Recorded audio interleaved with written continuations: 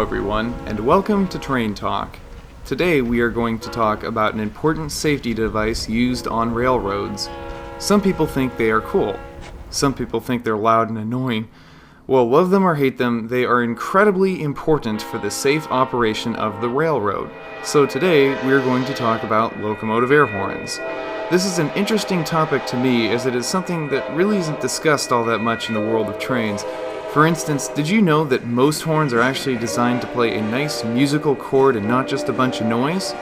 Well, we'll start off with a brief discussion on how an air horn works, followed by a look at their history, and then some of the most common types of horns in use today. Let's dive right in. What is an air horn? Air horns are warning devices located on locomotives and cab cars that produce a loud sound to alert people of the movement of a train. As the name implies, air horns work off the train's air supply.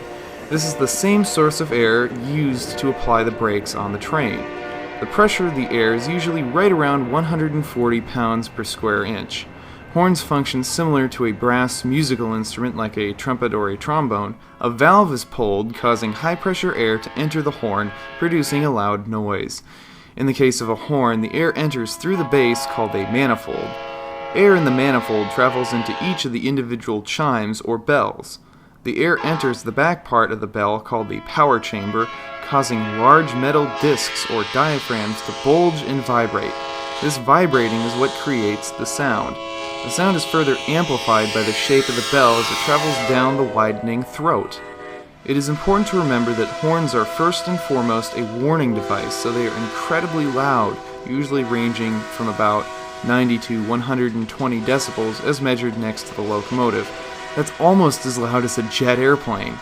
They are so loud that they can often be heard from miles away, especially on a cool night when sound travels farther.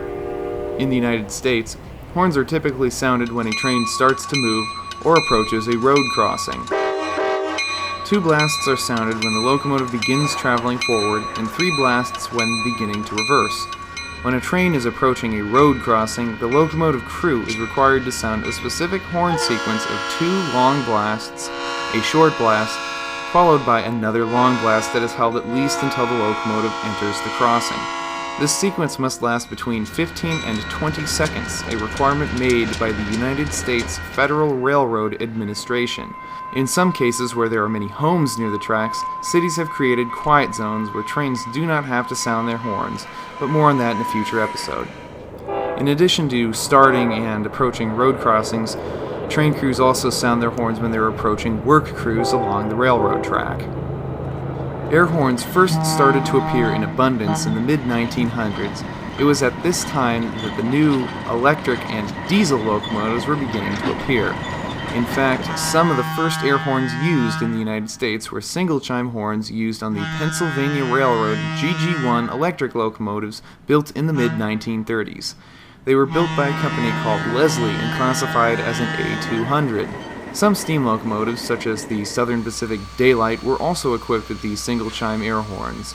With the mass production of diesel locomotives on the horizon, air horns were about to become a lot more common. First, more single-chime horns, and then multi-chime ones.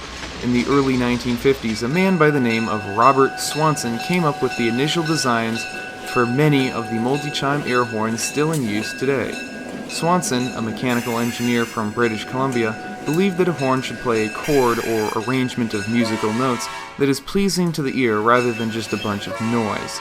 So he found a piece of property out in the middle of nowhere and tinkered around on what he called his whistle farm, designing and testing many of the horns that would eventually be manufactured by a company called Nathan for railroads all over the world.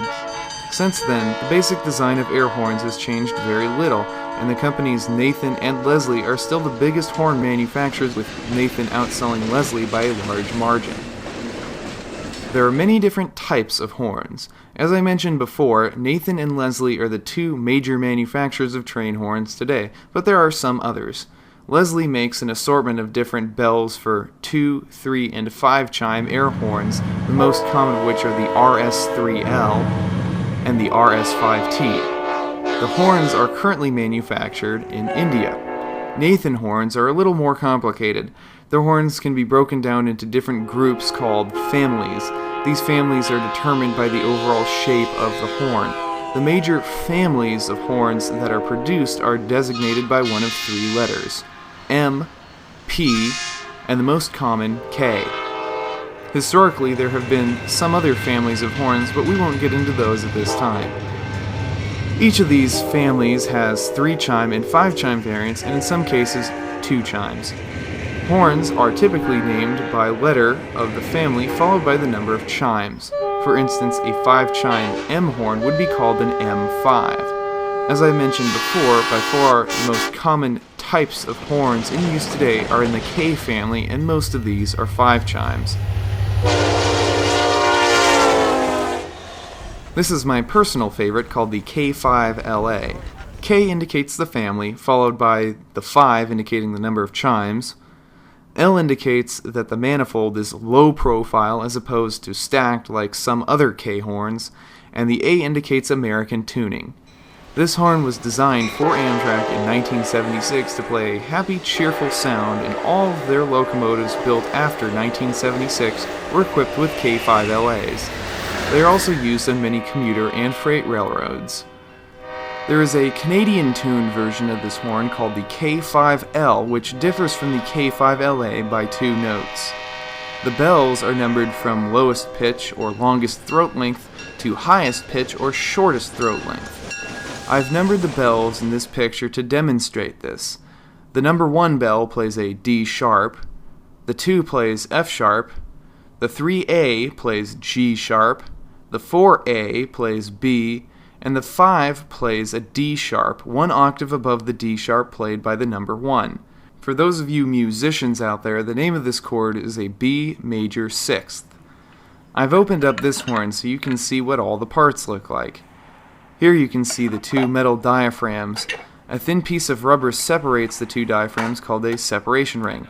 This piece of metal that covers the back part of the power chambers is called the back cap. Sometimes the same type of horn can sound very different on different locomotives. There are a lot of things that determine this. First is the length of air line from the air release valve or lever to the horn. A longer air line will cause a horn to sound a lot more wheezy. Sometimes horns are also put in special locations to reduce noise they produce from traveling in other directions. Sometimes they are mounted in boxes or notches further back on the roof of a locomotive or even underneath the locomotive behind the front plow. Different horns also sound different depending on when they were made. Sometimes large batches of horns are made playing incorrect notes. In particular, many K horns have been shipped out with several of the notes playing sharp. One other thing that can cause 2 different horns of the same type to sound very different is something called fouling. A horn is fouled when one or more of the bells is either playing an incorrect note or not sounding at all. This can be caused from the bells being clogged with dirt, exhaust, and other debris, or from cracks in the metal diaphragms. Often this happens when horns are not properly cared for. One common example of this is when the 4A bell goes dead on the K5LA, producing a very discordant sound. This seems to have become an increasing problem with K5LAs, particularly on Amtrak. Well, that's pretty much it for the basics. Now let's listen to some different examples of train horns.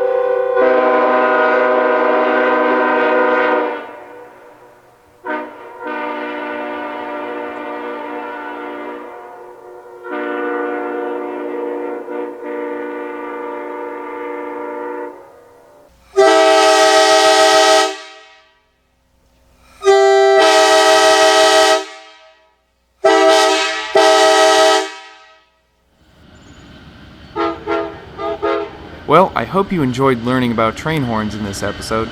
There's so much more to talk about, but it will have to wait for another time. If you liked the video, let me know by leaving a comment below and liking it. Also, if you have any ideas for future episodes of Train Talk, be sure to tell me about those as well. Until next time, I'm Mike Armstrong. I'll see you down the line. Thanks for watching.